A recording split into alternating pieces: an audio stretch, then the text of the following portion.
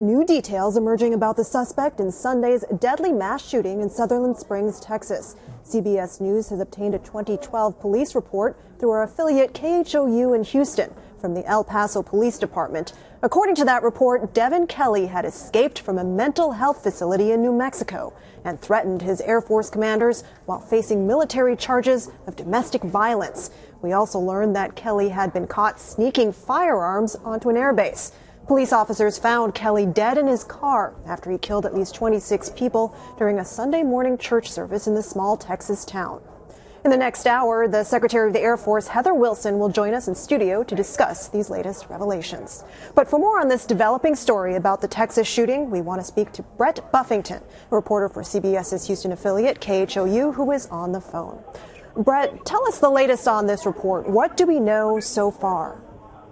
Well, Roxana, how the El Paso Police Department got involved with Devin Kelley going back to 2012, we've learned from this report this afternoon that Kelley was actually a patient, if you will, at this Peak Behavioral Health Services mental health hospital there in El Paso, Texas.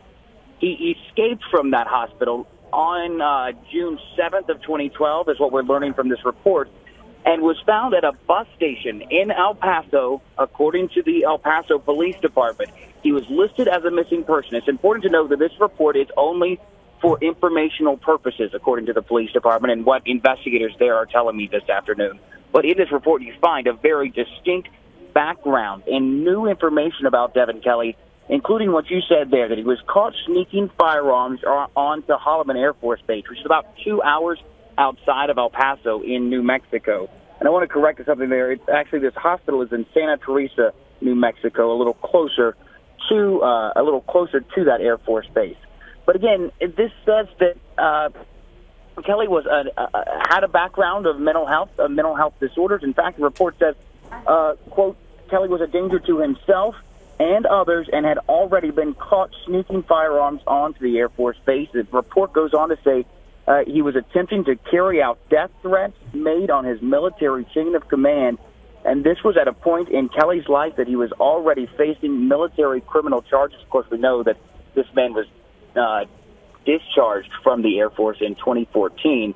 Then we've reached out to the Air Force to try and find out more about what apparently happened on this Air Force base back in 2012.